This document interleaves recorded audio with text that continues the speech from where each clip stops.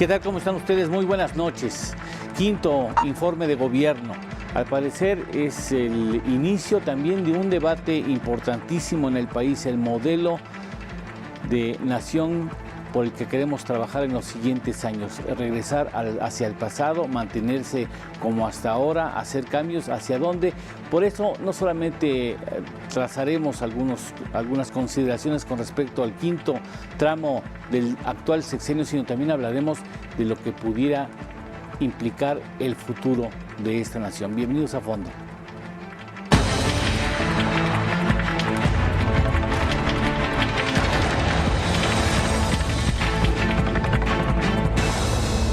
A Fondo, con Eduardo Torreblanca.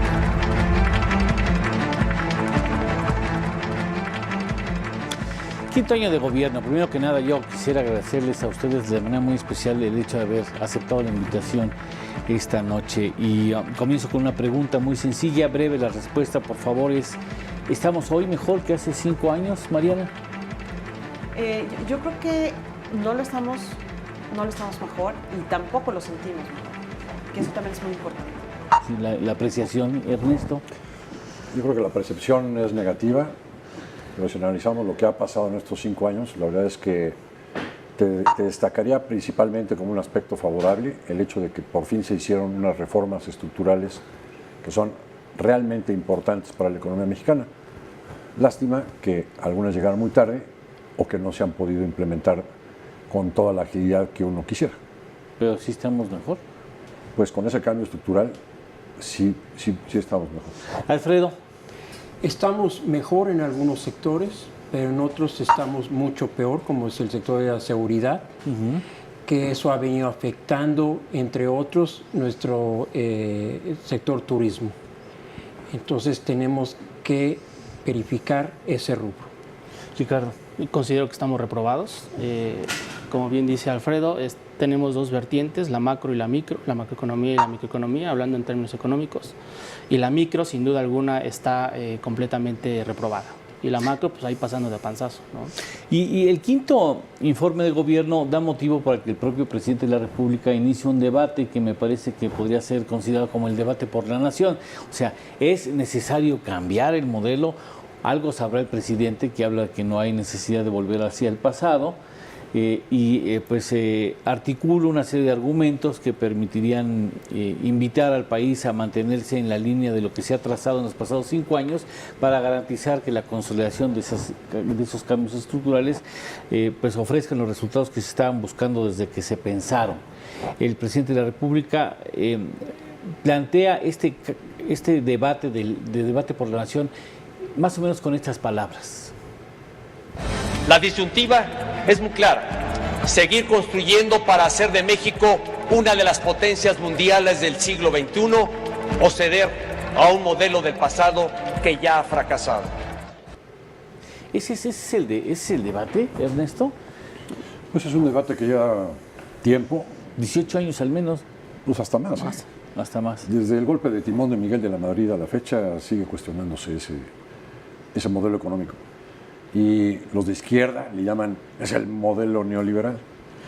Y yo lo que afirmo es que el modelo mexicano no es ningún modelo neoliberal, sino que es un modelo totalmente inconsistente, ¿no? En el que por un lado hay una serie de políticas públicas populistas y por otro lado hay una serie de incongruencias, digamos, desde el punto de vista, por ejemplo, fiscal o desde el punto de vista burocrático, ¿no? Hoy en día tenemos un esquema fiscal que va totalmente en contra de la inversión y del empleo, y también tenemos un esquema de sobreregulación en varias industrias que lo que hace al final de cuentas es que el gobierno, en lugar de ayudar a alentar la inversión productiva y el buen desempeño de la economía, la obstaculiza, la bloquea, ¿no? Entonces a mí me parece que sí es necesario un cambio de modelo, porque no tenemos ni un modelo de izquierda ni un modelo neoliberal o una economía de mercado que pudiera funcionar. Es un ecléctico. Es, a la mexicana. Es huevos a la mexicana. Mariana, ¿coincidías con eso? Fíjate que yo coincido en que tenemos un modelo económico completamente inconsistente. Hemos abierto áreas, por supuesto, que han generado muchos beneficios, pero al mismo tiempo nos hemos mantenido rezagados en un modelo antiguo, ¿no? Sin embargo, creo que incluso las ventajas que tuvimos durante mucho tiempo ya no lo son tanto. Es decir, por ejemplo, desde el punto de vista de la política fiscal, yo creo que estamos atravesando un momento que no tiene precedentes en cuanto a la ineficiencia del gasto público. Y me parece que en un país en desarrollo como es México, que todavía tiene una demanda enorme por servicios públicos, donde tenemos una pobreza y una desigualdad tremenda, es importantísimo que haya mayor eficiencia en el gasto gubernamental, ¿no? Si no, ¿cuál es el sentido de que le tomes ese dinero a través de impuestos a las empresas? Entonces, yo creo que estamos mostrando signos de verdad de ineficiencia histórica. Uno lo puede constatar. El gasto en infraestructura, a pesar de que se ha aumentado y desde los años 90, el valor agregado en nuestro PIB de este gasto es completamente decreciente. Y esto tiene que ver, yo pienso, que con pues, un contexto institucional muy pobre en cuanto a control, vigilancia, o sea, la corrupción es tremenda todos los días, pero que además la ambición también ha crecido. ¿Por qué? Porque entramos en un proceso de competencia electoral, ¿no? Desde principios del año 2000. Entonces, todo esto ha generado de verdad pues una demanda muy ineficiente. La parte que el gobierno hace en la demanda agregada, pues, y la verdad es que inyecta pues incentivos muy perversos que distorsionan muchísimo la economía. Entonces, no estamos haciendo el papel que podríamos hacer y sí urge repensar ese modelo fiscal. ¿Tú también representarías un cambio, Alfredo? Sí, mira, yo creo que el punto de sobreregulación de Ernesto es muy importante porque, por ejemplo, hay una sobreregulación en el sistema financiero mexicano actual que deberían abrirlo, que si bien están los controles de lavado de dinero en este momento, yo creo que hay que ser más flexibles con el sector financiero, porque el sector financiero en algunas partes está en pañales, no tiene los servicios de dólares que otras instituciones extranjeras tienen y que pueden eficientar el sistema financiero mexicano y que esta sobreregulación lo está impidiendo en este momento. Ricardo. Yo creo que habría que preguntar a cuál pasado se refiere el presidente, ¿no? Si hablamos del pasado a partir de Lázaro Cárdenas hasta los años 70, pues a lo mejor sería bueno, ¿no? Yo creo que hay que cambiar de modelo sin duda alguna. La formación bruta de capital fijo ha dejado de darse, como bien lo menciona Mariana. Ya no hay inversión en capital fijo y sabemos que esa inversión genera productividad y genera crecimiento. Cada vez se invierte más, se deja de invertir más en esa esfera, digamos, y eso nos trae al día de hoy a la pobreza que tenemos, a los bajos salarios, gran parte es producto de la inseguridad y de la corrupción que hoy tenemos. Entonces habría que cambiar el modelo, pero habría que cambiarlo en el sentido, como dicen ustedes, a la mexicana. No adaptar políticas o modelos de otros países, sino hacer un análisis profundo de la economía, de los rezagos que tiene la economía mexicana en el campo, en la industria, en el sector servicios, en el sector financiero y hacer lo propio, ¿no? Por ejemplo, Corea lo hizo en los años 90, lo hizo a la forma coreana y tenemos hoy en día una Corea en un país como un país desarrollado, no como México, ¿no? ¿Corea del Norte o Corea del Sur? Corea del Sur. Bueno, Corea del Norte ha obvia la tenido, aclaración. Corea del Norte ha tenido avances importantes en cuestiones de armamentismo, no podrás negarlo. Bueno, en todo caso, el presidente de la República hace referencia a buenos resultados económicos, al menos lo plantea así al país en los siguientes términos.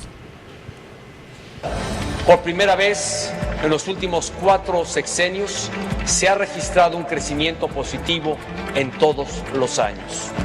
En un entorno internacional incierto, México crece, atrae inversiones y genera empleos como no había ocurrido en décadas.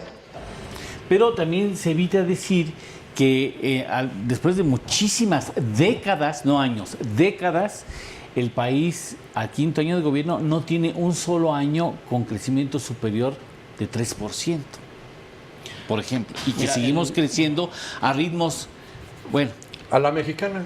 a la mexicana. Mediocre. Muy bueno, mediocre. porque da para más, ¿no, Mariana? Por supuesto, es totalmente insuficiente para lo que requiere México. Eso es clarísimo, ¿no? Entonces, yo creo que además debemos destacar que todo el tiempo estuvimos creyendo que íbamos a crecer más durante este sexenio y realmente para las metas que se establecieron cada año quedamos por debajo.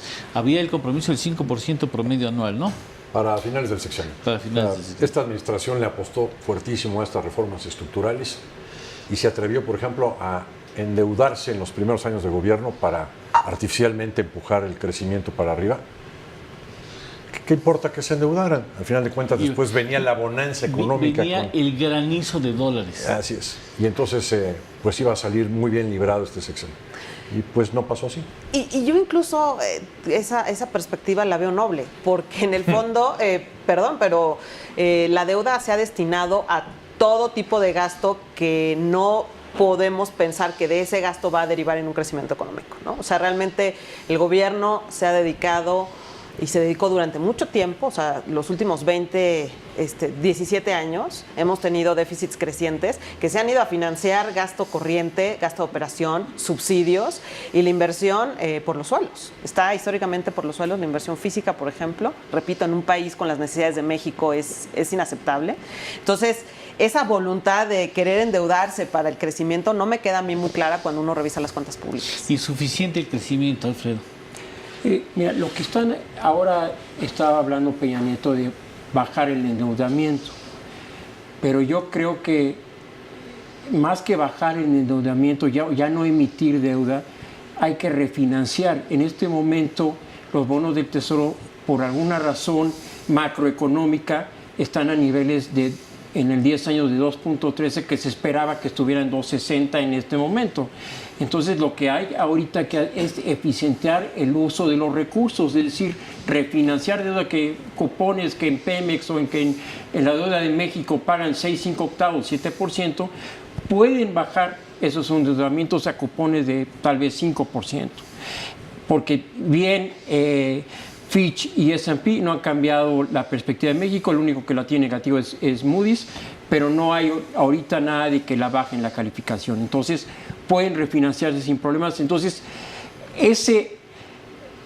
esa falta de crecimiento económico, yo creo que es eficientar el uso de los recursos hacia actividades productivas en los diferentes sectores y proteger el sector turismo para la cuestión de entrada de divisas. Sí, necesitamos un octavo y los datos de turismo al primer semestre de este año son muy atractivos. Todo permitiría pensar en que se va a seguir avanzando en la captación de divisas de turismo extranjero, pero si seguimos tolerando la criminalidad en zonas turísticas, vamos a acabar con la gallina de los huevos de oro.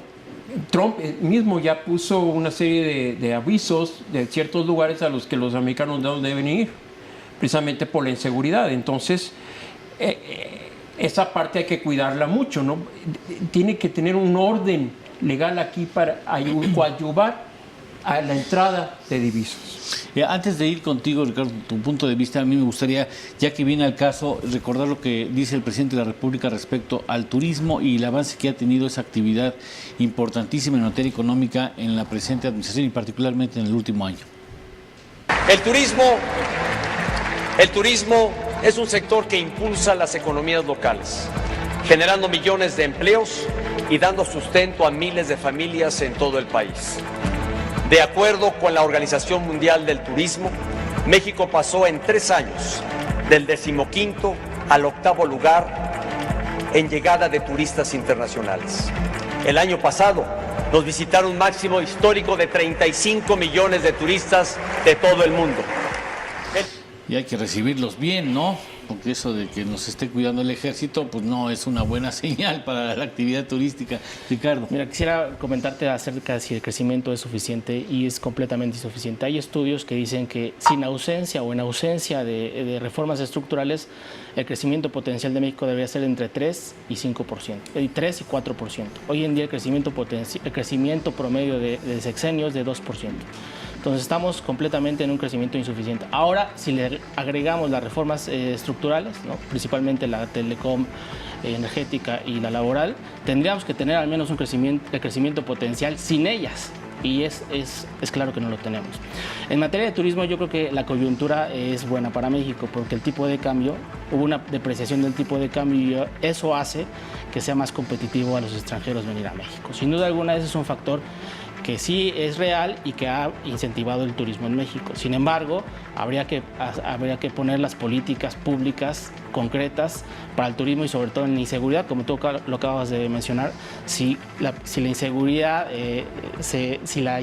empieza a crecer, pues habrá avisos y habrá alertas de otros países, no nada más de Estados Unidos, de otros países europeos, canadienses, de Canadá, que van a decir no lleguen a esta zona, y si eso comienza a fluir constantemente, eso va a ser un problema para México. Hay un asunto que merecerá nuestra atención en el próximo bloque, tiene que ver con la corrupción y con la inseguridad. La inseguridad ya empezamos a tratarla, pero la corrupción es... Bueno, esa es la impresión que tenemos los ciudadanos de que, o sea, no hay decoro, ¿no? O sea, no es la impresión, ¿no? Esa es la realidad. El gobierno diría que no, que sí existe la corrupción, pero que no es tan exagerada como la que estamos nosotros viendo, percibiendo en la calle, ¿no? En distintos indicadores que parten de encuestas, tanto de Banco de México como, por ejemplo, del Instituto Mexicano de Contadores Públicos y Bursamétrica, se menciona desde hace varios meses como los principales factores que afectan a los negocios, dos principalmente: la inseguridad y la corrupción. Ambos que tienen que ver con el Estado de Derecho, ¿no? Y de derecho y con la actividad económica, ¿no? Finalmente es la actividad económica, le pega muy fuerte la actividad económica. Vamos a una pausa y regresamos ya directamente con lo que comentó el presidente de la República respecto a este tema, para que nuestros invitados hagan consideraciones al respecto. Hay que decirlo, ante un escenario internacional francamente adverso, la economía de México ha tenido un desempeño positivo muy superior a lo que los expertos anticipaban a finales del año pasado. El crecimiento promedio anual de la economía mexicana en los primeros 4 años de esta administración ha sido de 2.1%. Esto es superior al 1.2% del mismo periodo de la administración pasada.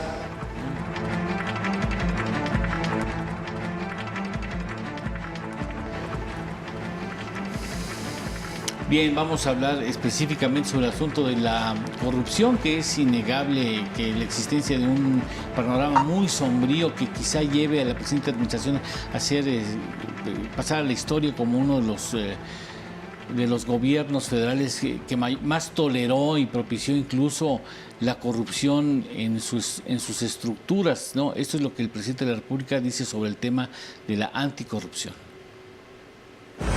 Por convicción democrática y deber público, el Gobierno de la República ha respaldado y respaldará la plena implementación de ambos sistemas. Lo he dicho y lo reitero, los servidores públicos debemos conducirnos invariablemente con integridad y apego a la ley en el ejercicio de nuestras responsabilidades. Quienes han sido denunciados como presuntos responsables de actos de corrupción están siendo investigados y procesados por las instituciones correspondientes. Bueno, y lo que falta, ¿no? Ay, lo que vamos a ver. ¿Y lo que falta, Mariana? Lo que falta, yo creo que aparte vamos a empezar el año quizás más tentador de todo el sexenio, ¿no? El 2018. Sí, por supuesto. Es un año muy tentador. Y yo creo que tenemos grandes deficiencias institucionales todavía, a pesar de que tenemos planteado el Sistema Nacional Anticorrupción, el sistema de transparencia, traemos un rezago enorme en términos de diseño institucional comparado con los países desarrollados, en donde es fácil la corrupción en México. Muchas construcciones tendrán que venir. Ya están a todo lo que dan, ¿no? A pesar de los recortes, por ejemplo en la Ciudad de México. Pero déjame decirte que esta deficiencia institucional es realmente exacerbante, ¿no? Por ejemplo, fíjate que el gobierno federal sí tiene una prestación para sus empleados que desde que empieza el sexenio los hacen ahorrar $1 el empleado, $1 el gobierno, para crear un fondo para que al final del sexenio los liquiden, el bono sexenal. Pero en todo el resto del aparato del Estado no existe esta facilidad. Y entonces, ¿qué sucede al final de los sexenios en los gobiernos de los estados o en otro tipo de entidades públicas? Pues que sacan el dinero de donde se pueda. Se lo toman. O piden crédito a Banobras, o vacían el fondo de pensiones, ¿no? Y eso cada sexenio lo vemos y no se corrige, ¿no? Por poner un ejemplo. El asunto de la corrupción es un asunto gravísimo que pega no solamente en las cuentas económicas, sino también en el ánimo social, Alfredo, ¿no? Nos pega mucho el hecho que veamos tanta impunidad y tanto descaro en el manejo de recursos que debería de jugar en favor de la ciudadanía y su bienestar, y juegan precisamente en todo lo contrario, ¿no? El alto nivel de corrupción significa que alguien está fallando. Es decir, que la entidad reguladora y vigiladora se le están yendo los cables. Entonces, yo creo que aparte de una entidad gubernamental, debería haber una entidad fuera de esa entidad que también vigile y diga qué tipo de controles adicionales necesitamos para bajar ese nivel de corrupción. Pero ¿existe compromiso político para erradicar la corrupción? O sea, bueno, debería, porque el PRI ahorita entra a la parte difícil de año electoral, entonces tiene que apretar cables para llegar a donde ellos quisieran. Entonces tiene que hacer mayores esfuerzos en algún sector, que uno de estos es corrupción. Pero no es mi ánimo debatir, por supuesto, pero ha tenido balones importantes y no los ha querido patear. Me refiero, por ejemplo, Odebrecht, creo que somos la única nación en donde no se conocen los nombres de los coludidos en esas partidas de 10.5 o poco más de 10 millones de dólares para empezar, ¿no? No se sabe. En otros países ya hay personas en la cárcel, en procesos abiertos, en prisión precautoria, y en México ni siquiera sabemos los nombres. Y estás hablando de países que enfrentan retos similares a los de México, o sea, países de la región de América Latina que también tienen fuertes niveles de corrupción, que también todos los días están debatidos con este fenómeno, pero han dado pasos mucho más adelante, ¿no? Sus fiscalías han hecho un trabajo de investigación. A mí me causa muchísima indignación ver que no tenemos procesos de investigación adecuados, ¿no? De entrada hay que comenzar con eso, o sea, antes de castigar, oye, el proceso de investigación es algo completamente forzado en una situación de este calibre, ¿no? Simplemente en Guatemala, en estos días, el Congreso está realmente empezando un proceso de desafuero para el presidente por el financiamiento indebido de la campaña. Odebrecht. Sí, ese fue el modelito, ¿no? de la brasileña. Y el Congreso podría realmente revocar el mandato del presidente, ¿no? Creo que has tocado un punto muy sensible en México, porque me parece que hay un poder que no está para nada a la altura, y es el Congreso. O sea, el Congreso tiene enormes facultades de ser un contrapeso en el uso de los recursos públicos y no lo hace. Simplemente, generalmente se reclama, el gobierno se ha endeudado mucho. El gobierno no se ha endeudado. Quienes han aprobado esa deuda es el Congreso, porque es quien tiene la facultad exclusiva de aprobar endeudamiento. Entonces, quien nos ha endeudado es el Congreso. Se reciben presupuestos que no se revisan. Ahorita va a empezar la discusión fiscal del presupuesto la próxima semana. Se va a entregar a fines de esta. Sí se puede. Y de una vez te digo, el presupuesto que se va a aprobar no es el que se va a ejercer. O sea, tenemos un presupuesto aprobado completamente irreal. Y algo que sucede y que mencionan aquí en esta mesa, que me parece muy importante, es que no tenemos los controles y la vigilancia. Y en efecto, gran cantidad de los recursos públicos se gastan a través de fideicomisos que no cumplen con transparencia ni con las mínimas prácticas de control interno. Y todos los años mandamos muchísimo dinero a estos fideicomisos, en donde pues ni el Congreso está enterado, ni hay un control interno que supervise las decisiones ni los objetivos de estos fideicomisos, ¿no? Entonces ahí tenemos fugas bien importantes que tendríamos que estar tapando. Eso ha hecho mucho daño a la economía. La corrupción es un monstruo de 1000 cabezas, ¿no? Tenemos los famosos casos de Odebrecht, de OHL, el gobernador. Se acaba de destapar hace unas horas, hace pocas horas, se acaban de conocer una serie de fraudes importantísimos de miles de millones de pesos para empezar, ¿no? Y que todo es que a mí me toca lo único garantizar que se haya gastado el dinero, no hay seguimiento de en qué se gastó, en qué se invirtió, se compran canastas alimentarias y no saben si se compraron, se pagaron, sí, pero no saben si se compraron, a quién se distribuyeron, o sea. Es un fenómeno muy complejo y afecta a la vida económica y a la vida institucional, y yo quisiera agregar uno más, a los derechos humanos, ¿no? La impunidad, la falta de regulación, de seguimiento, el sistema de justicia, además de que afecta a la actividad económica, ya sea para que tú vayas a tramitar hacer un trámite para abrir una empresa, o vayas a reclamar algo, o un trámite de obra, por ejemplo. Además de eso, afecta a los derechos humanos, ¿no? Y tenemos los casos en este sexenio, casos muy conocidos como el de Tlatlaya, el de Ayotzinapa, el de Tanguato, ¿no? Que son casos en donde la corrupción se está ahí, está presente y no ha habido una respuesta a todos los afectados, ¿no? Y los miles de desaparecidos que hay hoy en día. Alfredo es un financiero, un economista que se ha dedicado gran parte de su vida profesional al trabajo de manejo de deuda soberana. Lo ha hecho en el extranjero. Ha estado como representante de nuestras instituciones financieras en el extranjero. Correcto. O bien ha trabajado directamente con instituciones financieras, fundamentalmente en la Unión Americana, en varios estados de la Unión Americana. Varios estados de la Unión Americana. Yo te pregunto, Alfredo, ¿pega en el ánimo de los inversionistas internacionales el que vean el desparpajo con el que México se manejan los recursos o lo pasan por alto? Yo te diría que lo pasan por alto. No es algo en lo que ellos se fijen directamente. Ellos básicamente se fijan en el Estado de Derecho, que estén garantizado su dinero, que no tenga problemas de regreso su dinero, que tengan confianza en el país. Esa parte no la ven tanto. O sea, los recursos de los inversionistas extranjeros se siguen dando, siguen viniendo recursos a México de la parte extranjera. Hay mucha inversión en pesos al día de hoy y va a seguir creciendo, porque de alguna manera este gobierno les ha dado a conocer confianza en su seguridad propio gobierno. De esos recursos que ellos ponen sobre la mesa. Sí. 60% de la tenencia de valores gubernamentales en pesos está en manos de extranjeros. O sea, son 100,000 millones de dólares. Correcto. Bueno, antes de ir a una tercera pausa, valdría la pena revisar qué es lo que dice el presidente de la República en el tema de seguridad pública. Eso fue lo que expresó. El respaldo subsidiario de las fuerzas federales en favor de la tranquilidad de las familias en diversas zonas del país ha sido importante, pero no puede ni debe ser permanente. Por lo anterior, hago un respetuoso llamado al Congreso de la Unión para que discuta y, en su caso, apruebe las modificaciones pendientes al marco legal en materia de seguridad pública y de seguridad interior.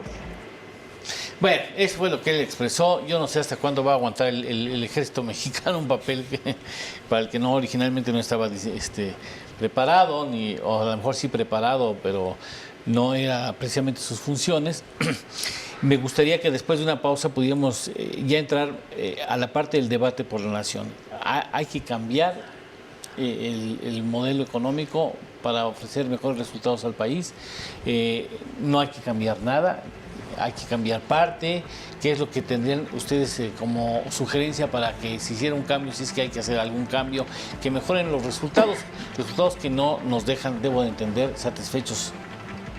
O a muy pocos dejan satisfechos y la mayor parte de la población no queda satisfecha, decir, por la manera en que sentimos el ejercicio gubernamental federal. Así es que, si me lo permiten, vamos a una pausa y regresamos aquí a fondo.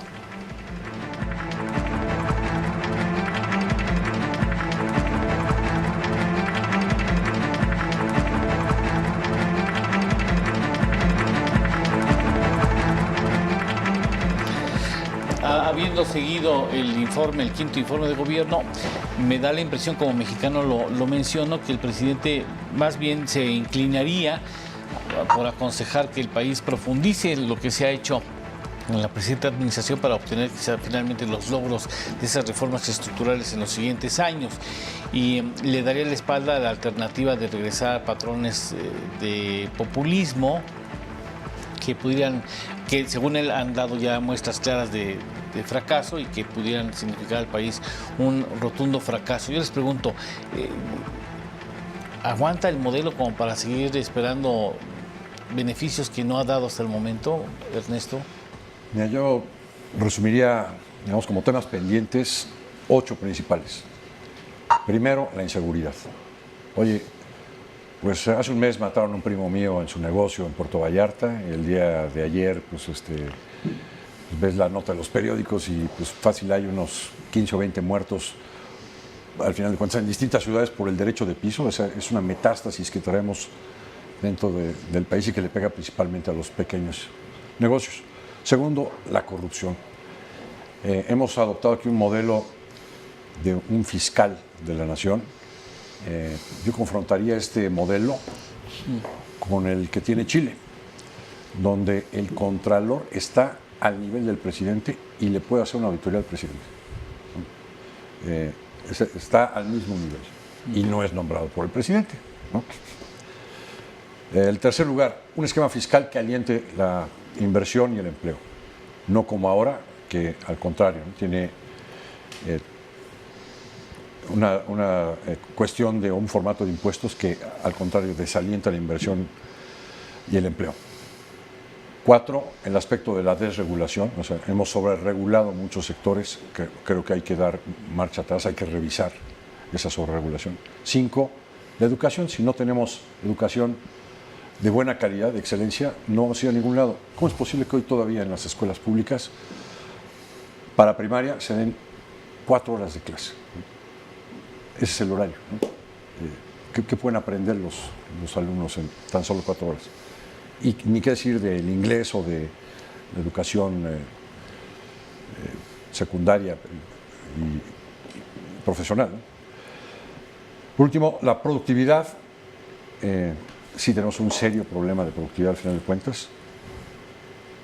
Viene un problema enorme en la reforma de pensiones y, como octavo punto, creo que todavía hay mucho que hacer en la reforma en el mercado de trabajo, ¿no? No puede ser que todavía tengamos, por ejemplo, los sindicatos opacos que eternizan a sus líderes y que son también una fuente de corrupción tremenda y que en lugar de ayudar a los trabajadores simplemente les quitan parte de su dinero para enriquecer a los líderes, ¿no? Estas serían tus propuestas, digamos. 8 puntos. Alfredo, ¿tú qué crees que es necesario cambiar? ¿O qué cambiarías? Mira, ¿O qué propondrías cambiar? Hay que cambiar el modelo económico para mejorar la calidad de vida de los mexicanos. ¿Cómo lo haces? Bueno, un problema grave de México que siempre ha sido es que el tamaño gubernamental es demasiado, es muy grande. En los Estados Unidos el tamaño gubernamental es muy pequeño. Entonces lo que hay que hacer es disminuir el tamaño gubernamental, bajar el gasto ahí y apoyar esquemas de productividad, como dice Ernesto, o sea, aumentar la parte empresarial, que es la que puede aumentar la calidad de vida de los mexicanos. Porque si tú solamente te dedicas a aumentar el gobierno, entonces son actividades no productivas que no se reflejan en el Producto Interno Bruto. En cambio, si te dedicas a la parte empresarial, incrementas el Producto Interno Bruto. Entonces, ahí hay que cambiar el modelo económico. Mariana.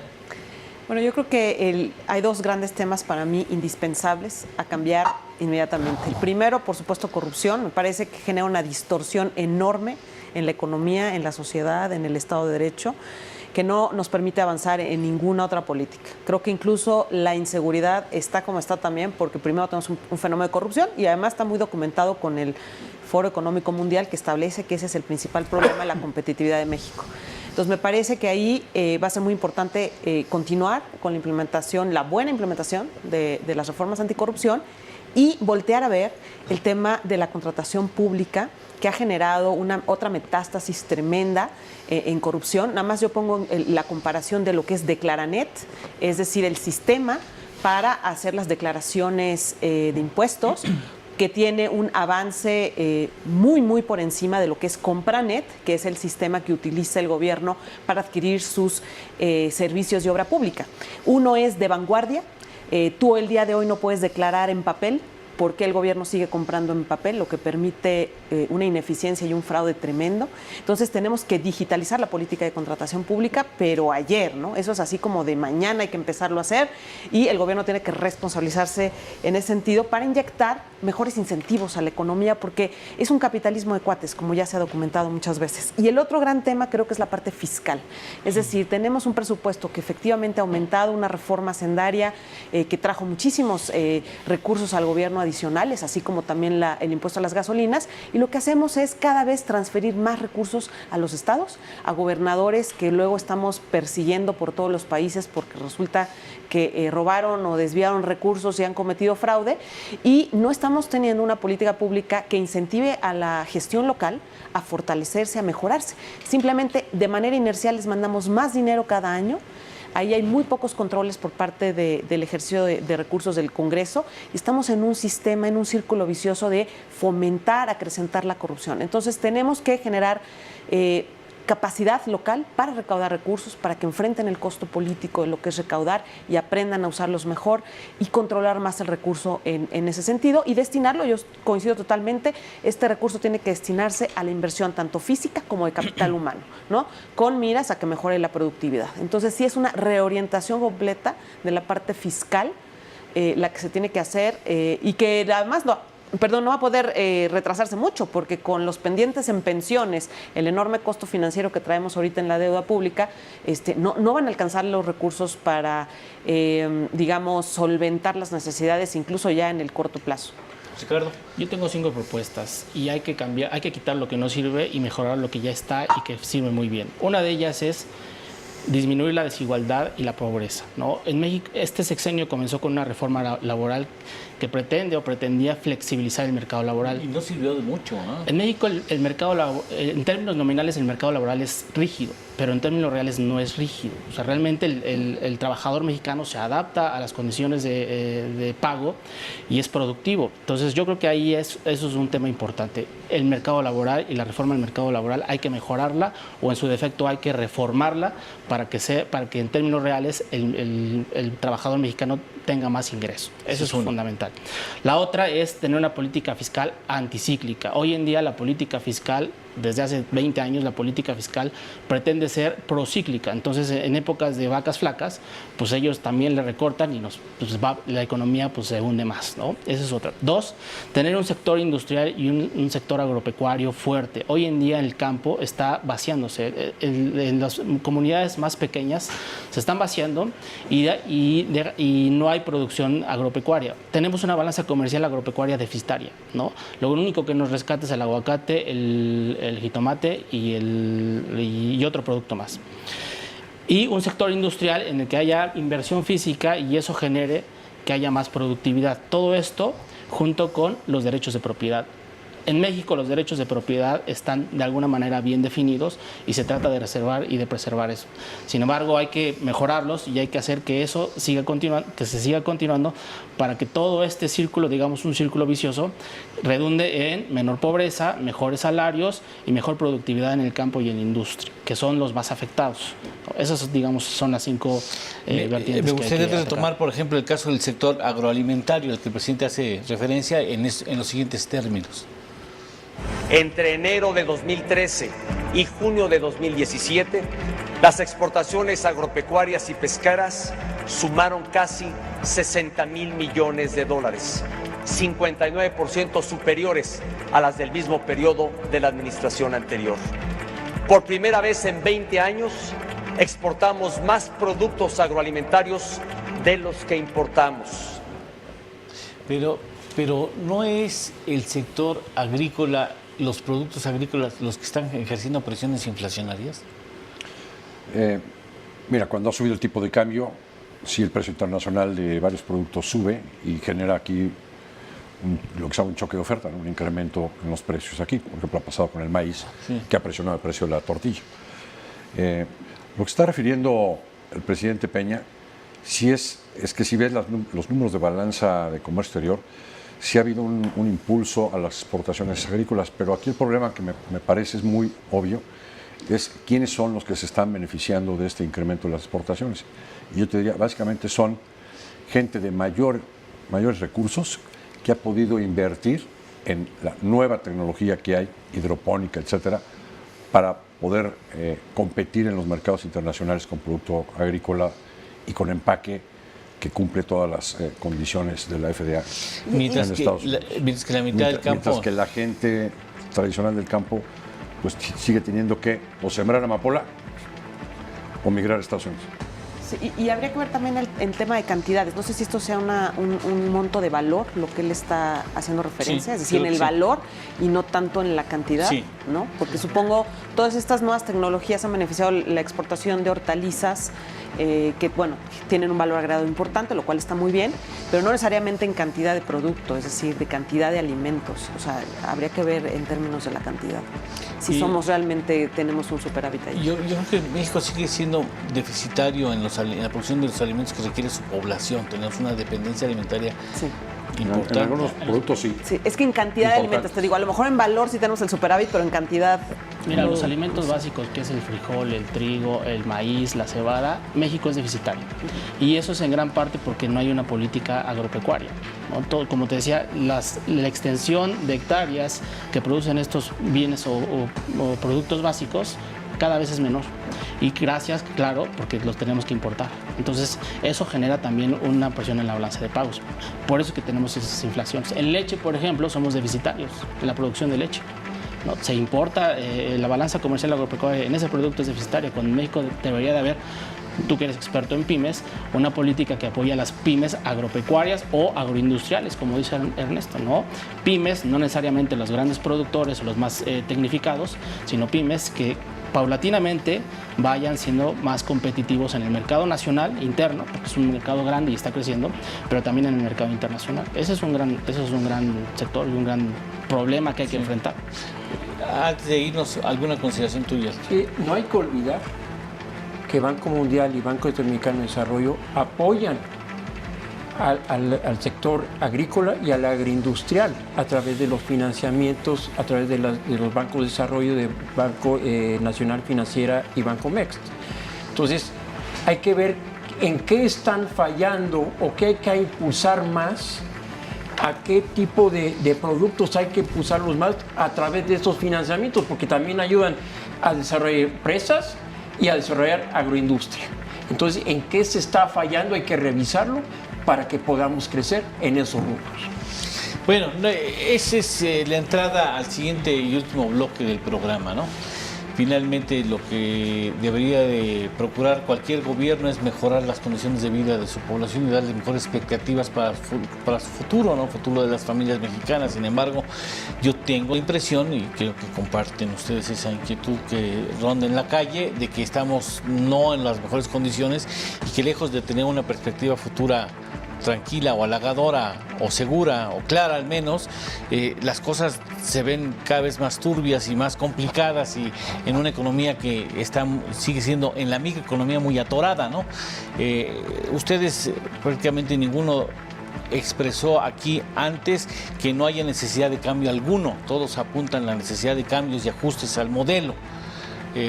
Si les parece bien, hacemos una pausa y regresamos ya específicamente sobre qué es las conclusiones de este ejercicio televisivo. Vamos a cambiar, hacia dónde vamos a cambiar, a qué le tiene miedo el actual gobierno, ¿no? ¿Por qué no se aplica, ¿no? ¿Por qué no se aplicó a tiempo para que no manifestar esa profunda preocupación de lo que podría venir en adelante? Así es que si le parece, vemos una pausa y continuamos.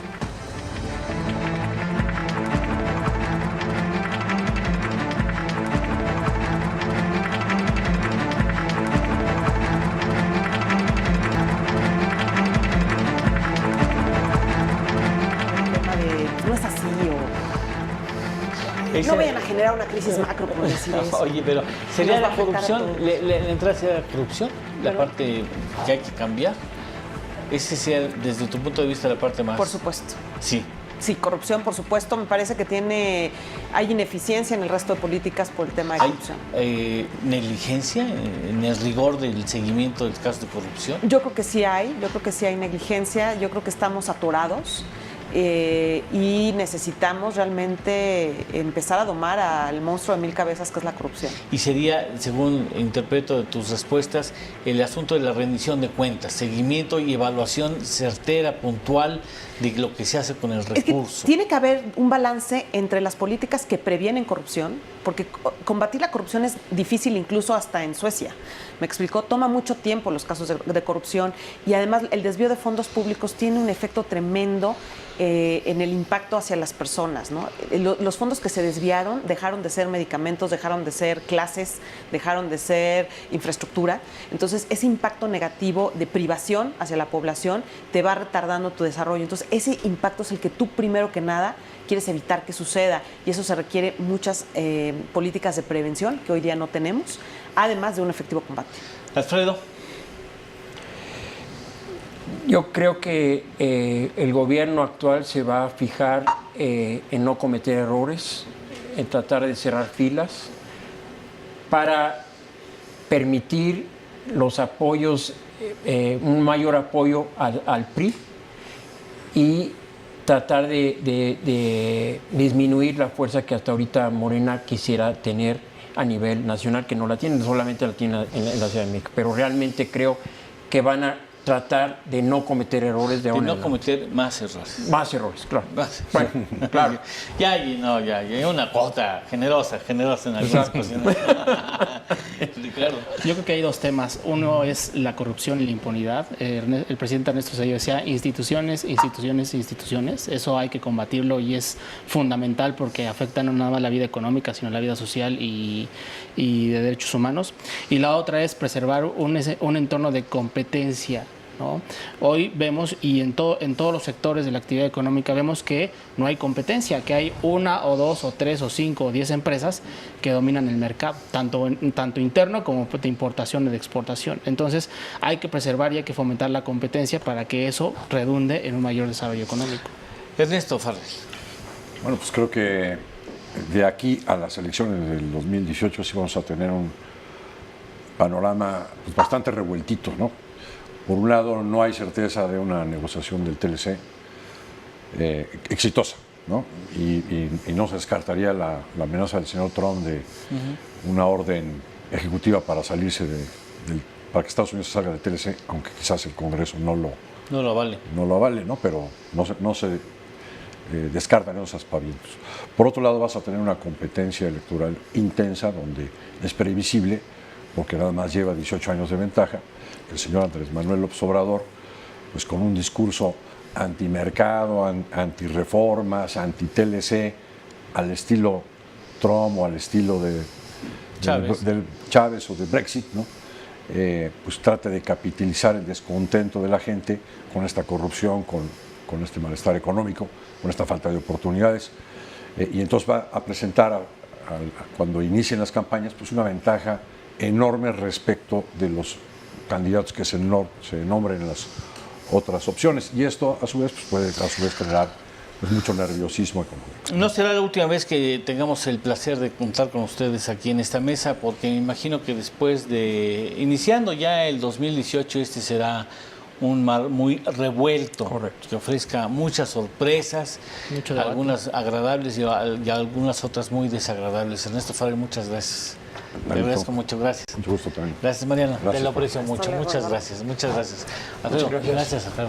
Gracias. Es tu casa, gracias. Muchas gracias. Carlos, gracias. Bueno, pues todos esperamos lo mejor, ¿no? Bien decía el dicho, dice, vamos a esperar lo mejor y preparémonos para lo peor, ¿no? Y es un buen consejo. Gracias, hasta la próxima. Aquí a fondo.